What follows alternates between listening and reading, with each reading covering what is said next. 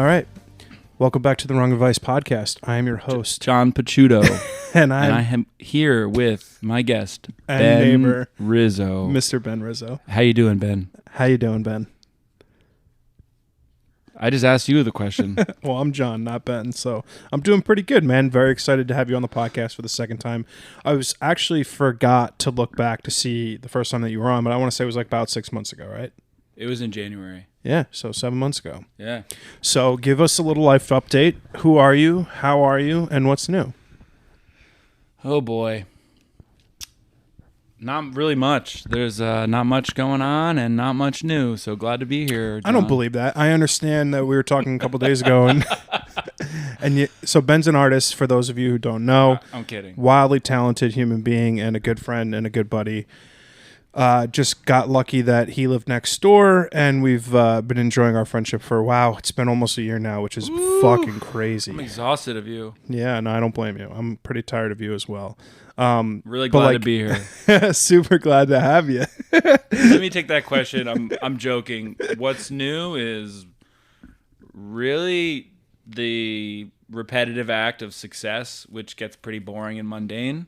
Does it? That's what I'm in right now. I'm super curious why you say that. So when I was on this podcast in January, I felt like I was more of a boy. I had all these like big hopes and dreams. I wasn't totally applying everything. I knew what I wanted to do and needed to do, but the discipline, wasn't really there. Mm-hmm. But now I'm doing all these things, and I've made some really good changes to my life. And I don't think success is always pretty. And I'm at that stage now where I'm really just grinding, working hard, working more hours than I have. And Is that a bad thing? No, but today I was feeling almost a little burnt out, or I felt it coming on. I just had this feeling. I was just in my studio today, and just it's so hot today. Is that like emotional burnout? Is that mental burnout? Is that like physical everything. burnout? Yeah, because I mean, you are a physical creator, right? You're creating in a physical manner, and it's consuming of all of those aspects. I'm curious, like when you say you're feeling burnout coming on, what did it like? In what way was it manifesting itself? It was more mental with just everything happening recently, where a lot of my days are busy to a really good extent. Mm-hmm. I don't have a lot of downtime where I'm watching TV or playing video games, so I'm blessed for that, and I choose that. I want to be social and I want to work. Sometimes, though, I just feel like it's just too much. But it's a blessing. I'm not complaining at all. No, this is I think you bring up a really interesting point, because it marries the concept of what is success and how do you measure it, because you do get to a certain point where your success is your driver, and you can be doing too much and not even realizing it. I mean, like in a creative industry like we're both in, our work directly impacts our bottom line, our ability to pay rent, our ability to turn on the TV, right? Those things are all very predicated on how much we work. I wonder if you put any thought process into like this feeling that you have now and how to sort of mitigate it in the future, right? Like, are you thinking about taking less commissions? Are you thinking about raising your prices so you could work less? Like, how is that sort of factor into your mindset? It's everything. And awareness is the most important thing. So the fact that I'm feeling this and acknowledging it, that's helpful. I completely agree. So I just want to just say, like, if you have time to acknowledge, that is a win. Yeah. I think a lot of people instead of ignore, right? Get blown up by that sort of. Or defer, really. It's more of a deference, which you're shifting to another thing. And then there's a lot of downside to that. But yeah, going on a vacation, something that I have a wedding coming up and a bachelor party in the fall, so that's cool. Yeah. I'm going to do a trip, I think, to Peru. I want to do a silent retreat to Machu Picchu for a couple days up to a week. Wow. I haven't been on a plane since before COVID, because I've been just doing my business. I don't really have a lot of money to travel. It's expensive to travel. Sure. Even more so now. I know. And the videos I'm watching of 5-hour delays of all this stuff. Not great. But although my sister and her husband just got back from their honeymoon, and Smooth no sailing. problems. Yeah. Yeah. I mean, I think that is the exception to the current rule. It's the only person. You look at like Heathrow right now; it's like 8-hour delays. It's like, oh, okay, this is fun. Delta, stay away from Delta.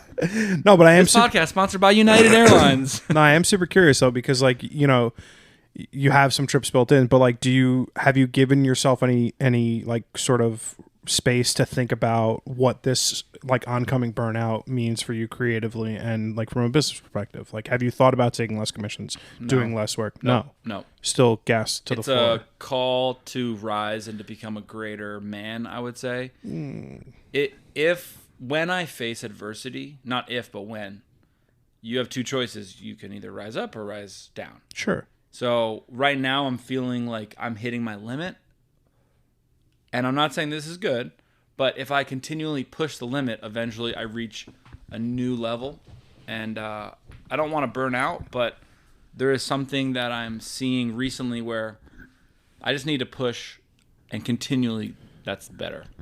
Do you think that there is... But you disagree. No, I do. I agree and I disagree because I think... Like, show up and push and don't let that first thought put you away because you're capable of more than your first barrier that you put on yourself. Yeah, so I think... And you can go beyond that. I think it's a very interesting point that you bring up because it touches upon a couple crucial things about work ethic and what it means to be burnt out. Because, like, you're talking about burnout that is touching upon multiple aspects of your life, physical, mental, etc. And I think that most people who have a standard 9 to 5 don't experience a multitude of burnout. They're not experiencing a physical burnout. They're experiencing a singular mental burnout. Thank you, Montclair Fire Department. It's brought to you by. But because you work physically and it is a creative industry, you can be taxed multiple ways. The only reason why I disagree with you is because there are reasons why you're feeling this way, and It's not solely I can be above it or I can be below it. I think you can manage to be on the same plane as your current level, and that not be a bad thing. I think, especially when you're talking about like mental exhaustion and like the burnout that you feel mentally, that can be something that takes a lot longer than physical, right? There are physical remedies that you can go through. Like bettering your body is, I would say, a lot easier almost to some extent than mind, right? As you show me your swole muscles. But you get what I'm saying, right? And also, it's easier to know when you're physically burnt out because you have an immediate response. But the mental and the emotional burnout, which is, I think, what I'm kind of having in some ways. I've been dating like pretty hardcore for the last 3 months. One person or multiple? Multiple people. How's that going? It's good, but again, it's just draining. Yeah. I've been on a date probably every week for over a month, if not 2 months, steady. Wow. So, like, juggling, I mean, this is live, but whatever. Just juggling multiple women at the same time. Well, because you're looking for, like, a life partner and you're looking for a real thing. Correct. It's not like this is, like, you're just out fucking around. You're dating with intent, which Both. I think is important. Both. Yeah, right.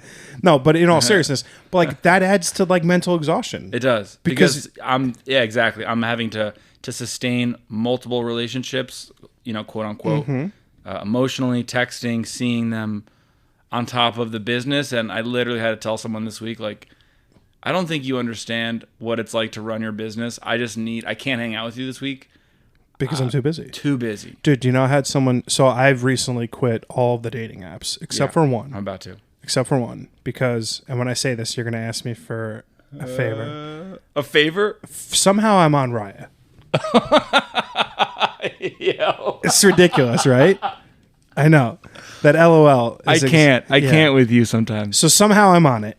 And I just can't quit it because there's two reasons. Number one, I pay for it, which is so fucked. But I actually do believe that it can be beneficial from a networking perspective, not just a dating perspective. So in your bio, it says, I'm looking to shoot you. My bio literally says... I'll DM you my rates. My bio literally says, looking for the one or someone to make pretty pictures with. Because in truth, that is what I'm here for. Right. Would I love to fall in love? Yes. Is it going to happen? No. Thinking no. But someone literally said to me, so like before I deleted Hinge, I got a couple people's numbers who I was talking to on the app. And like this girl I was talking to literally said to me, she goes, I don't get what you have an issue with from a photography perspective. Like, why is it hard? Like, isn't it just click button and that's it? Like, that was the extent of like what you do. And I was like, wow, okay, really regret getting your number because like you just boiled down the entirety of my career to press button, snap, take photo, post on Instagram. And I think there's just like maybe one or two more things involved besides that. So I understand why it can be exhausting and people don't understand because like when you're like, for lack of a better term, an entrepreneur and a solo provider for yourself and your business and your life, and that is creative, the metrics in which you look at success and failure overlap on a million different places. And people who work 9 to 5 don't understand because when they go home and it's 8 p.m. or 6 p.m. and they're off the clock, they're off the clock. And that doesn't end for us because like if I'm on set for 8 hours and I'm shooting, that means I'm neglecting admin work, email work, prospecting work. I'm neglecting 70% of the job. There's always something to do if you're Always. doing your own ship. I agree with what you said.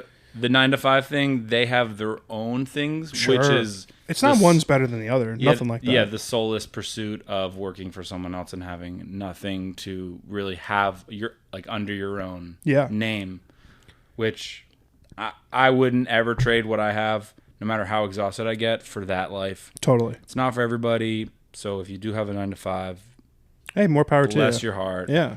Not everybody wants this lifestyle, so yeah, I don't blame them. It sucks. I mean, it's not easy. Like I was talking to my mentor today. We had a very lengthy chat because I've somehow found myself in the midst of feeling like I'm on the verge of all of my dreams and hard work coming true and also nowhere at the same time. Because it's like simultaneously everything is happening and nothing is happening. And as a person who's always worked for someone else and never once put thought into what that process is like and what that feeling is like, it is a very unsettling position to be in. And I'm not just talking financially. I'm just talking about career-wise. Like I am on the cusp of everything I want coming true, and then also none of it. Well, they say that today is the closest you've ever been to getting your dreams. Ooh, I like that. And I think of the analogy of if you have a pickaxe and you're digging underground, and there's a photo where there's gold and there's an inch of dirt separating you've seen that you diamond thing, right? from the diamonds or the gold, and the person stops and quits. Yeah. It's how close are you to that? Oh, I will never quit. And every day that you push, you're getting closer, and the moment you give up, like that's the farthest you've ever been. I like that a lot. And it doesn't feel, and that's the thing about success. I said in the beginning, it's not really pretty. When you do these things and you look back, sometimes it feels like, wait, have I been painting for 40 hours on this thing? And it's nice when the painting leaves and I'm like, God, I don't even remember doing that for 40 hours. But when you're in the middle of it, it does get a little mundane, and that's sometimes where it just becomes gritty. It's not really pretty anymore. Yeah.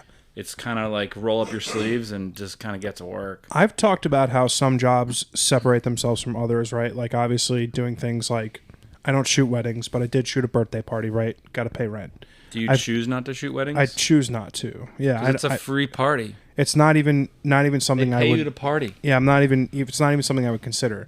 But like when you think about like your own, like I want to use the term like creative flow, creative juice, creative energy. Okay. Like, do you get pulled down if you're working on something for someone that you have no connection with, no sort of creative inspiration from? It is strictly a check. Like, hey, I'm going to pay you X number of dollars to paint my portrait. And you're like, cool, I don't really like doing portraits, but I'm going to do it because it's for my buddy John and he wants it and I'm paying him. Do you get like a creative suck from that? Like, does it like drain you? A little bit. I can't not. Yeah. If you do things you don't want to do, it's going to drain your battery faster than if you do things that you enjoy. Yeah. No matter what. Mm-hmm. The money and the business is what keeps me disciplined, and I do it. But yeah, I mean, today I'm working on a painting, and it involves a palette knife, and I take the paint and I apply it in like a staccato way, so I'm pulling the paint and it leaves residue, it's like a stalactite kind of John on the canvas. Mm-hmm. So it's that over and over again. It's really cool, and it's looking really it's looking really awesome and cool, but it's a big canvas. It's taking me a long time, and I've been 7 hours a day for all week I've been doing this. I'm almost done. So I usually don't lock in 7 hours of my day into one painting. I'm usually working on 3 to 4 things, bouncing around, which helps me to stay fresh. But I'm really focusing on just finishing this. So yes, I'm feeling like drained. My back's bothering me more. I'm just more kind of melancholy because I'm so locked in. But again, it's the relentless pursuit of finding the boundary and giving it a couple extra percent. That's where you find the amazing success in the Olympics, for example. What separates first and second place? Milliseconds. Yeah. And the second place person gets almost nothing. No sponsorship, no tour. No one wants to meet a second place person. Yeah. You know, hey, what's up? I got second place. Oh yeah, sorry. Like a middle school kid would be like, why am I talking to you? Oh, like a silver medalist comes to your school. You're like, oh, cool. We couldn't get the guy who's in first place. Oh, they paid us to come. Oh, that's too bad. But the champion wins by 0.01 seconds, or right, such a small amount. I agree, man. I agree. It's funny because when I look at so I've got a big meeting tomorrow. And I don't mean big, but it's like What's big about it? Just who it is, what it represents, and the opportunity that can come out of this meeting. Cool. And it's big, and it feels like this is the meeting that I've been waiting 2 years for, right? This is like the person that I've been waiting to sit down with that like can make and open doors that could be transformative for my career, right? Nice. It also feels like, hey, I could go meet this person. They could be like, yeah, your portfolio is not that great. We don't think your work's that great, Thank you for coming in, but you're just not the guy, right? That's certainly possible. And I was talking to my buddy about it, who's also a photographer, and he was like, well, what do you think about your portfolio when you look at your work? I go, I think I don't think I'm like, I've got my idol's photos on my wall, Stefan Vanasco. His work is exceptional on a level that I don't think I'll ever achieve as a photographer. And I think that's okay. Like, I don't need to compare myself to anybody else. Like, as long as I can earn a living and live the life that I want to build for myself, that is success for me in my career. What I think I bring to the table is, like, my hard work, my ethic, like, my ability to deliver for what someone wants. So I basically said to my buddy, I was like, yeah, man, when I look at myself, like, as a photographer, like, if you want ice cream and you go to the ice cream store and all they have is vanilla ice cream and rainbow sprinkles, you're going to be like, that sucks. Wait. But you're never going to be like, I regret having vanilla ice cream and rainbow sprinkles. And that's who I am as a photographer. I'm vanilla ice cream and rainbow sprinkles. I'm going to give you what you want and what you need. But I'm not going to have that otherworldly something to my work that other people have. Like me. Like, yeah. Yeah. No, I do have that. No offense, but I'm being serious. I believe you. I know you're being serious. But I do like vanilla and rainbow when I feel basic. I get that soft served in a cone. And it never disappoints. Yeah, I love it, yeah. Yeah, but someone would go to a store and be like, oh, well, I wanted... Wait.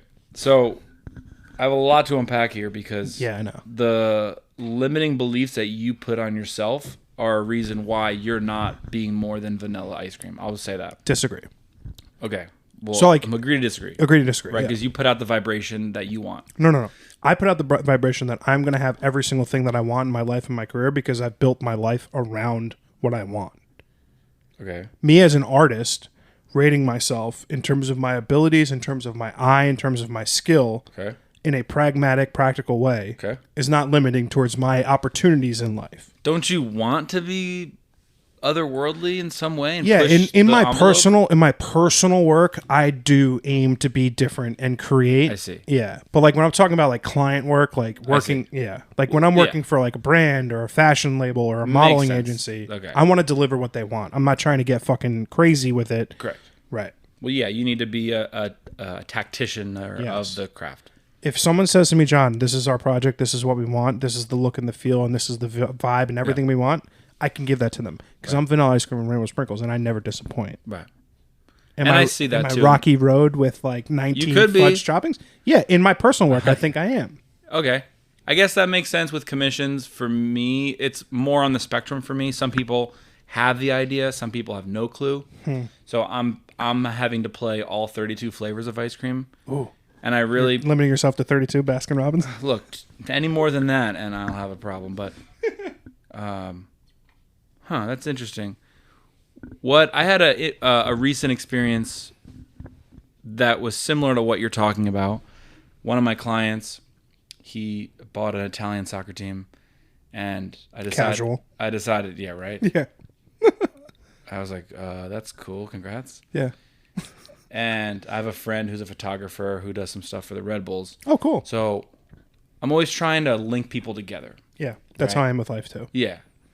I think that's the best way to be, is to open your network to someone else's, and that's collab. Totally agree. So I brought it up to him like, hey, maybe, the four of us can sit down. We can, talk about ideas. Yeah. In terms of marketing, in terms of art projects, Italy, US, whatever.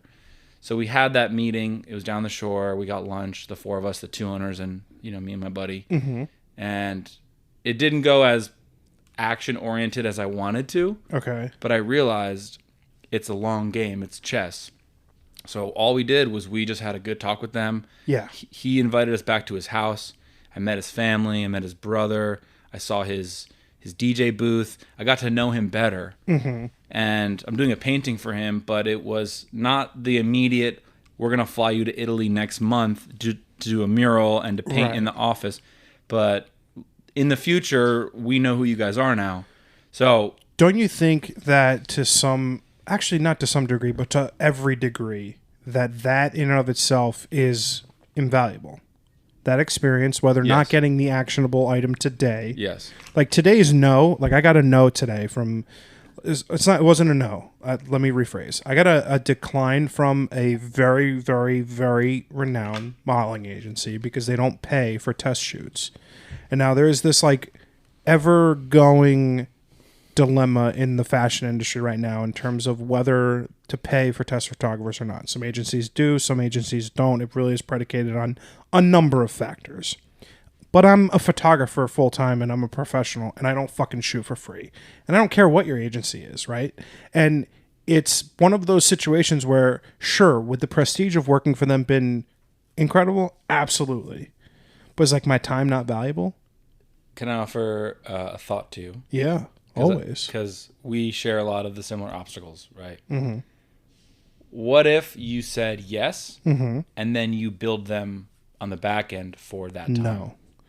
And I'll tell you why. Because I've worked a long time to come up with this mindset. And truthfully, if had it not been for my mentor, I would have said yes. Now...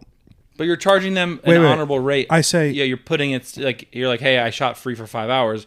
Now the bundle is X amount more. So, okay, I'm glad you brought this up. This is a really good point. Yeah. So I say, Ben, I love your work, but I just really can't afford something right now, and I would love to have a piece of yours in my apartment. Do you have something extra that you could just give me? And then, in 6 months when I've got a ton of money, I'll pay you back for it, right? Well, that's different. Well, okay, shit. I thought you said, hey, I want this painting. Before I pay you $4,000 for a painting, can you just do a little sketch for me to show that you're capable of this?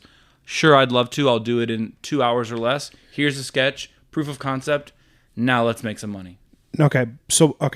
Now let's create some art. So the problem that it is that I guess not what goes into a sketch versus what goes into a photo shoot, because there are dramatically different things, right? Like a sketch you could do in your free time, like just the idea. I mean, the idea. So the idea is that if I give you a shoot for free and I say, hey, agency, I'm going to shoot your model for 2 hours for $0. I have now made it okay for you to believe that my time is worthless. It is worth nothing. Unless... No, there's no unless. No, there is. No, there's not. There is. Because boundaries, you set boundaries for how people treat you, right? Mm-hmm. So if I say, I will do this to show you my caliber, and after this... So I am no longer doing something to that extent. I know it's different. I get what you're saying. You're not wrong. It's different for brands because they're always looking to marginalize every creative. You know what? You know why you're not wrong? Because I've done stuff for free in the past. Yeah, everyone does. And you learn as a creative. Yes. This is why a lot of creatives are, what is it, like? Broke. Well, yeah. That's not what I was going to say, but yeah. Broke and have no confidence because Right. they're just used to giving their shit away for free. Exactly. So the way that I look at it is very simply like the reason why we're having the conversation is because they looked at my portfolio and they looked at who I've worked with before, who's paid me to do work, and said, "Wow, okay, he's worked with XYZ already. We should use him because he can clearly do what he's shown in his portfolio." So if I show you my work and then you come back to me and say, "Hey, this is great, but we need you to do it for $0," then you're not valuing me. What's the potential earnings on the table if they say yes? How great is it? And I don't mean that to talk about the business right now with you. Yeah. But I do know that sometimes, and I did this before I got paid. Mm-hmm. So I always try to keep myself and not get taken advantage of. Sure. I will never let you take advantage of me. But to respectfully say, I love this so much. Where and it's not for everybody. You might think differently, but I am okay with doing a small amount of work to show you what I'm capable of, because relationships last forever. And I had someone tell me, "You came to my house, Ben, didn't charge him. We were looking at 6 other artists. You're the only person that came to our house, that walked around, that took notes, that took photos. We're gonna go with you because of that." Sure. But So that's not giving something away for free. That is doing diligence. well, it was to my your time. job. I didn't charge him for my time. Well, so okay, so Like for a argument's consulting, sake, I was almost yeah, consulting. yeah. So like for argument's sake, but what would be like, just like ballpark to me, Yeah. like this is like we're literally this is a great conversation by the way, This because is. I've had this a lot Yes. lately. Yes. Because it's like what opportunities are worth $0 for long term gain. And I've Yes. made those decisions in the last 2 years, and that's why I'm really glad we're talking about this. Because how much of your time is worth $0? When it becomes relationships, Okay. $0. 0 hours? $0. No, I'm when saying it's but- relationships. So how many hours is worth $0? So like if I went to this agency and they're like, "Hey, we want you to shoot this person and this test shoot." So like how many hours? So like I would have shot with them for 2 hours. I would have spent somewhere between 2 and 4 hours editing their photos, and I would have given them somewhere between 10 and 20 selects that they would have then used for her book and her portfolio so that she can go get booked by brands and fashion houses, etc. So we're talking 6 to 7 hours of work for $0. It's all what's to come, right? Okay. So nothing is free. As so they say. conversely, if I've now given this company 7 hours of my time for free, how have I shown them that they are now obligated and or should pay me my rate the next time? When you go out on a date with a girl, Yeah. you put in a couple hours and $100, and you go on a second date and you put in more hours, and you're even paying to take her to a nice Italian restaurant across the street. From Salute, yeah. Right? I see a lot of similarities on these two things, because Getting laid in business. one girl, no, it's the same thing, right? Because I get laid in business every time a customer signs my check. That's me getting laid, right? Yeah, no, I agree. So when I go on a date with this girl, she's talking to other men. A brand's talking to other photographers. So how do I prove to be high value man, high value business artist, where I rise to the top? And I hate to say it, but everyone is shit testing you, and that's a shit test. So I'm glad you said the term value, because It's all value. so from a value perspective, one could argue, and I will, that I value myself at a higher level because I'm unwilling to compromise the fact that my skill set and my deliverables are worth what I'm charging you. Okay. From a value perspective. And But I it is- respect you. I dude, respect that. Yeah, I you know respect it. what? Honestly, I'll give you a great insight to this because this conversation was had today. And I was talking to my mentor and I was like, I should do this. And I was like, there's really the benefits outweigh the risks. Okay. And my mentor, who has spent the last year instructing me on how to build my portfolio, how to build my business, how to build everything from the ground up, and has gotten me, for way, way better to where I am today, was like, this is taking you back to a year ago. A year ago, I would say, go do the test for free. She's like, you've been paid for the last year and a half. You've been working. You've been shooting for these brands. You've been shooting for these agencies. You've been getting the work and being paid for it. She's like, why now would you take a step back? I was like, oh, well, she's like, you know what the problem is in the slippery slope? Every creative will always have a, well, there is, or well, it is. You said something at the beginning of in my gut, which is the only reason why I came into this podcast with nothing prepared. Because right now in my life, I don't need to do any premeditated this or that. I just need to just trust myself and be organically who I am. And that will work now because of all the rehearsal, all the scripts that I've done for so many years. Yeah, I agree with that. And I really trust my intuition. And if I feel good about something, I'll do it. If the person is either a drain, toxic, there's people in business. I'll do something for free. If you're a good person and we have a good relationship, when we go out to concerts together and we go to dinner, I have a client, I'll do so much for her because we have an amazing relationship outside of business. Yeah. And she's my best client. I'll do almost anything for her for free. I don't mind because I see it beyond there.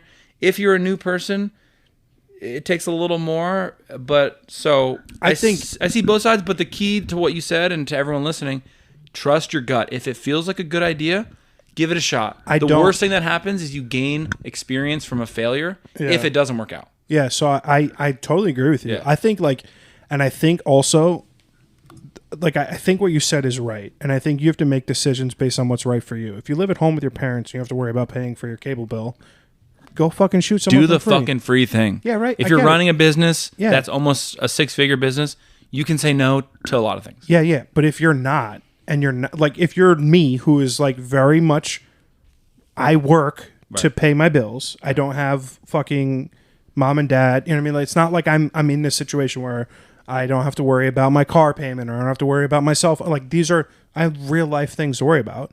You can make decisions that don't get paid.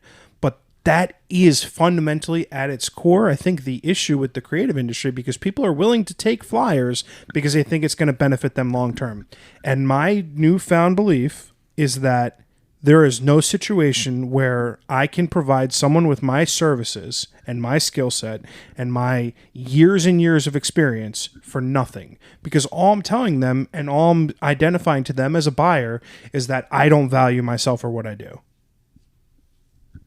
I do like that you tied it into dating, because it is, in a weird way, very, very similar.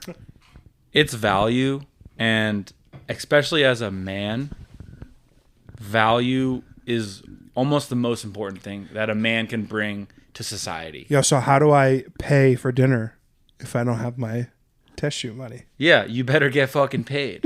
or So you agree? Or yeah, of course. Yeah. Or look, I'm up front with my price. If you don't like it, I've said, look, it's not in my best interest, not worth my time. But I can say this, and it's good.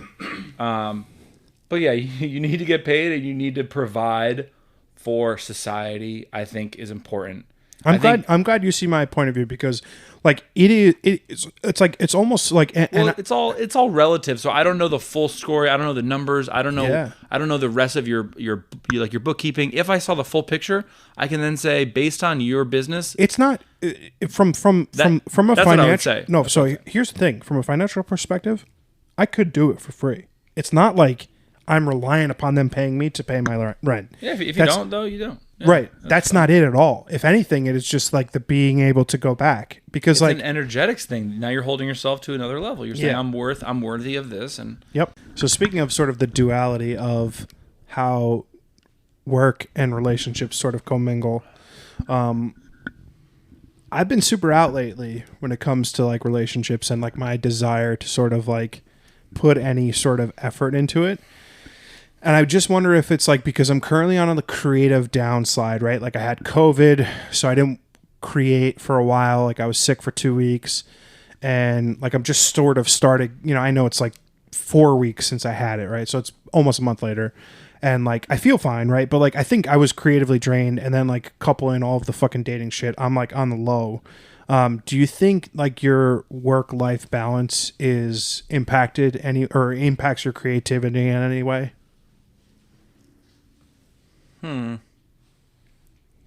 It should, but I pretend like it doesn't. You pretend like it doesn't, or it does not? Well, everything. I'm a sensitive creature. Is that because you're Libra or whatever you are? No, I'm a Scorpio. A Scorpio, yeah. So I'll fuck you up if you even come close to me. I'll sting you. Is that what that means? I have a tail. I'm a venomous guy. Venomous guy. I don't believe in any of that stuff. One of the funniest things that I've ever heard is I met somebody, we were talking, and then she was really big into astrology. Red flag.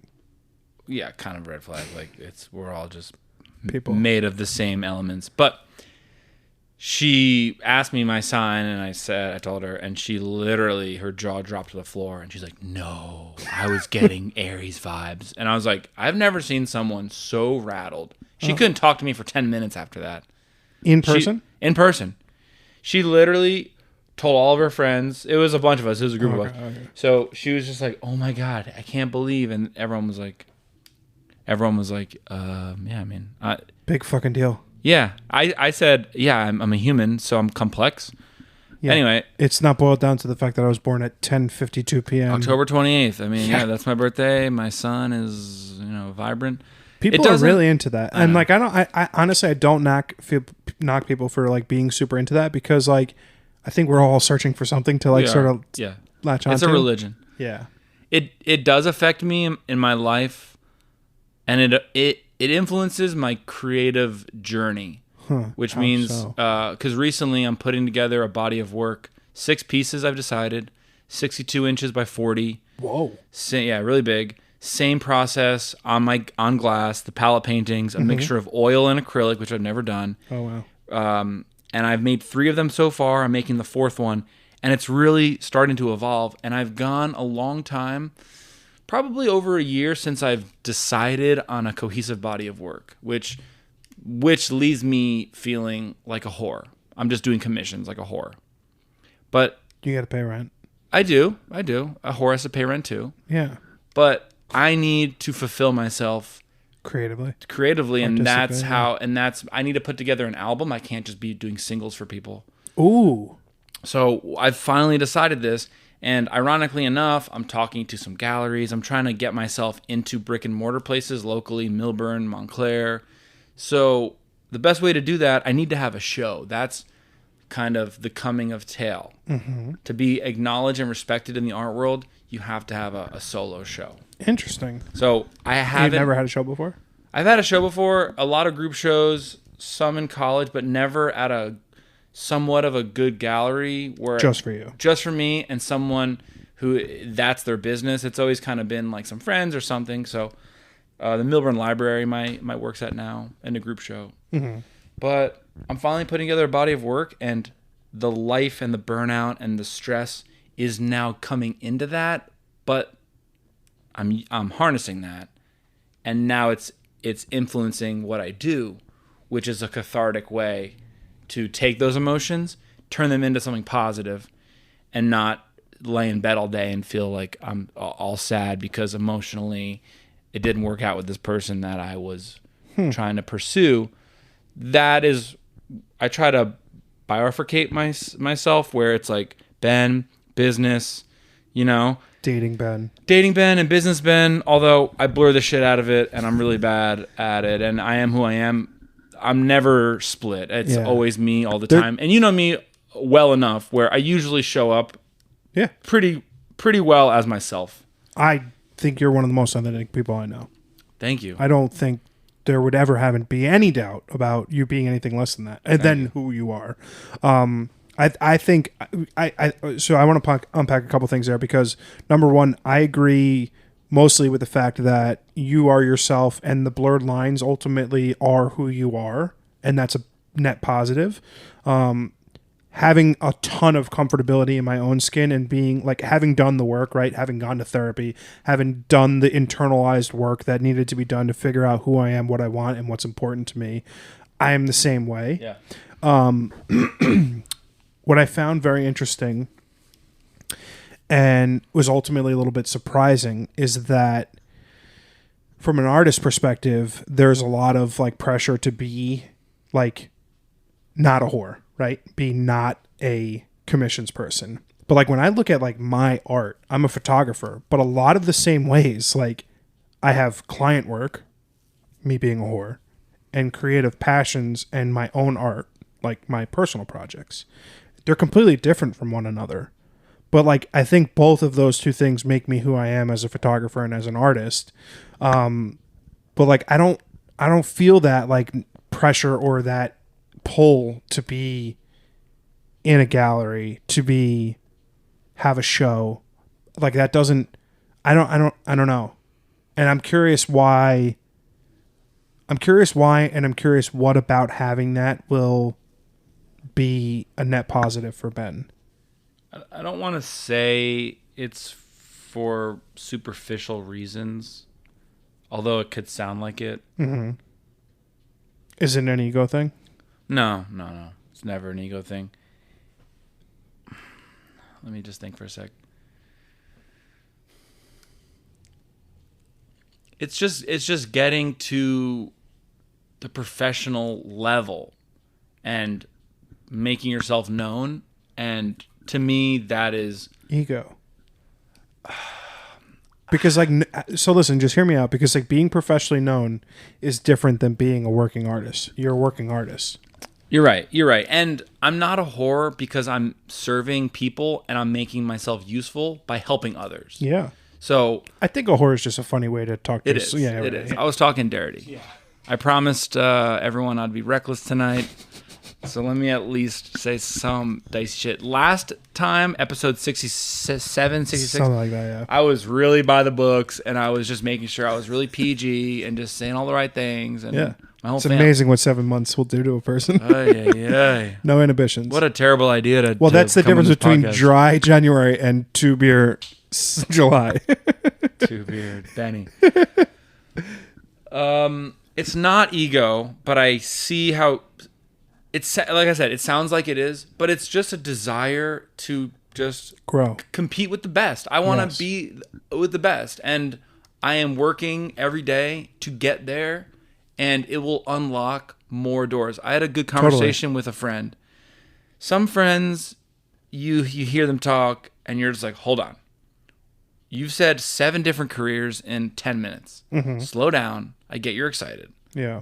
But what are you trying to do? And some people don't really know. Like, well, I could do this. I could coaching and the podcast and then motivational speaking, and then I could do this and this and TikTok.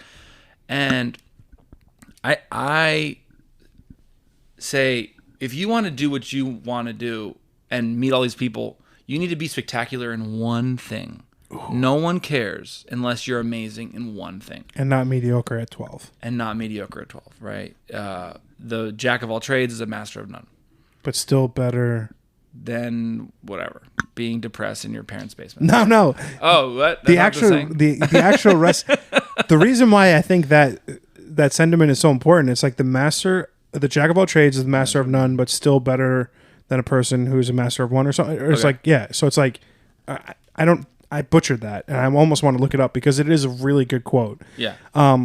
Well, it says a lot of good things. It's good to be good at something than nothing. Yeah. But it's the best to be amazing at one thing than a lot of things. Yeah, maybe. And in order to, as I meet more people, because they're calling me in because of one thing, it's my art and my vision, my creativity.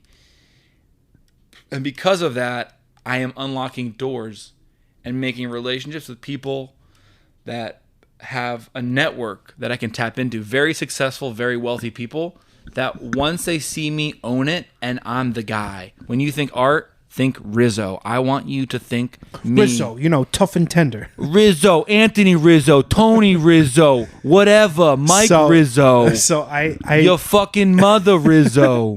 Yeah, that's a pretty good one. I'm not disagreeing with what you're saying. I am only going to push back, and it's a sentiment that I share because I had a conversation with a good friend of mine recently about, like, I don't post static images on Instagram anymore. If you shoot me, you would. No, I wouldn't, because if I post a single photo on Instagram, it'll get seen by 30 people. But if I post a reel, 5,000 people will see it. Instagram is ass lately, and my reels are also ass. Yeah, no, I completely agree. But at the end of the day, the importance of being seen from an artist perspective outweighs the fact of being like holier than thou to posting the image versus posting the real, right? So like as an artist, I would love to post the photo and be very, very concerned with just the fact that I created a good image. But the problem is that I want to grow, right? Socially from a reach perspective. And it almost ties directly into what you said. But the difference is that like, I don't necessarily know. I don't know. Like, do you being in a gallery, while monumental for your career, may have no measurable, tangible effect on your business. It will have a manageable, tangible effect on your ego. I know it sounds lame, but I really dissolved my ego a lot. Yeah. Where it takes a lot. If you want to get in my face, it takes a lot for me to lose my focus and my stoicism. Mm-hmm. I can hear you out. I'll understand your point, and then I'll shed some advice or perspective on like, okay, let's just maybe just take it a different direction. Sure. I think me being in a gallery, only because of what I'm selling, I don't need reach. And that's the beautiful thing about what I do. And I had this realization. Is it basically just like providing a secondary level of value proposition to Ben Rizzo, the artist? I was in this gallery. Well, it's also that also improves it. It's the name. It's the provenance, as they say. Yeah, prestige, right? Yeah, and the people in the galleries are the eyes that I want to get to. I don't. No offense to all my friends out there that can't afford my work. I don't really want to put my pieces in front of you because you're not the desired customer that I'm looking for. I like the reach. Brutal truth, though. It's a brutal truth. I like the reach. Again, this is business. And people are funny when they talk to me. They say, Ben, we don't know any artists that are doing this. Do you think it's a business? I laugh. I say, of course it's a business. What are you talking about? And they go, right. So once you change the idea in your mind of it's a creative expression versus a business, you have a different conversation about it. Mm-hmm. And that's where I'm at now. In January, I wasn't really able to hold let's have a business conversation about it. I wasn't really sure the difference. Ooh. But now I want to be in front of the right people. And it is literally a handful of people that I need that can sustain me for a year and provide food on my table. All I need is a couple people. Galleries have the right passage to those people. And it's kind of... Even in like the post-COVID gallery world, do you think... Yeah, I just find this wildly interesting because like... Yeah, like, you know, are people going to gallery? Like, you know, like, sure. Yeah? Yeah. In like... People come in... So my parents have a frame store. Mm-hmm. People come in... the guy who owns a soccer team saw my piece in the window, pulled over, and came in and bought it. That's how I first met this guy. Oh, shit. That's crazy. He's yeah. So he got some framing done. He saw a piece in the gallery, and mine in the front. Whose stuff is this? Oh, it's an artist in the back. Oh, it's my son. It's my son. It's my son. I wish I was more Italian, let's be honest. I really wish. But, so yeah, so that is... I forget what the question was. What was it? You're talking about the Italian guy with the soccer team. No, I know, but before that, why did I bring that up? Oh, because they're talking about like what the necessity is to being in the gallery. Yeah, it is. It's exposure and being in the right place. What I think your mentor was telling you today, and what I'm getting at, is it's better to go in the right direction than just to run around in circles. Yeah. So I don't need to be on Society 6 putting out prints or trying to sell to a store down the street. That's not... No, you want to find the guy who's going to spend $15,000 for a one-of-one. And not the right person. Not the 15 people who are going to buy prints. Yeah, no, I get that. It's hard to find that, but yeah, it just takes discipline. And I think like the beauty in the conversation, just because it's hitting personally at home to me from a timeline perspective, and obviously for you as well, but a lot of creative people, that there are specific timelines and specific metrics in which you can measure financial success for you as a creative. And you need to be the person that makes those decisions, whether it's to be in a gallery or not, whether it's to do a job for free or not, whether it's to do a headshot session because blah, blah, blah, whatever. You need to make those decisions, but you have to be able to live with those outcomes. Like whatever happens, there are right decisions and wrong decisions, but you have to believe in yourself today to make the decision that the hope is that that decision will in the long term be a net positive. Well said. To everyone. Bing, bing, bing, bing. No, for real. That was a good summary of what we all said is you need to be behind the vehicle. And you can only ask so many people for their opinions. Mm-hmm. If you have not experienced something, you need to do it. Yeah. And you need to fail. Yeah. Because failure is the best teacher. Ben, I wrote in a blog post recently, because I've gotten back into writing again, which has been a real treat, about how we as a society eschew the conversation of failure. Mm-hmm. And I think failure has been the single greatest propellant in my career, in my life. Of course. And no one will talk about the failures that they've had and how ultimately they've been a net benefit, because we're too worried about what people think and what people see and what people feel, and not articulate enough about the fact that having a monumental collapse in any aspect of your life ultimately will lead to a tremendous rebirth. In 2020, I got fired from a job that I inherently sucked at, was failing at, and just had a really horrible time, and was like just doing a really... Just like, you know, it was the pandemic. It was like so much I was going through personally, mentally, physically. Like I was just failing as a human being, and I lost my job. And that failure has been the single greatest propellant in my life. It has created a new me. It has created a new path. It has created so many wonderful things in my life that had I not failed, I never would have had them. But people are afraid to admit when they're wrong. People are afraid to admit when they failed. Ego. It's a shame. I respect you so much more if you say, I fucked up. I'm sorry. I was wrong. My bad.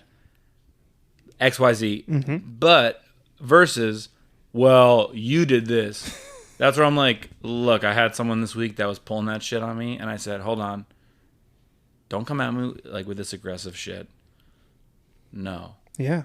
Muhammad Ali, I believe Muhammad Ali had a quote that said, every champion has 3 falls from grace and rises. Not 1, not 2. In order to be considered legendary, all the greats, if you look back, they've had pretty serious top, bottom. I don't know where I'm at right now. I think I'm at 2.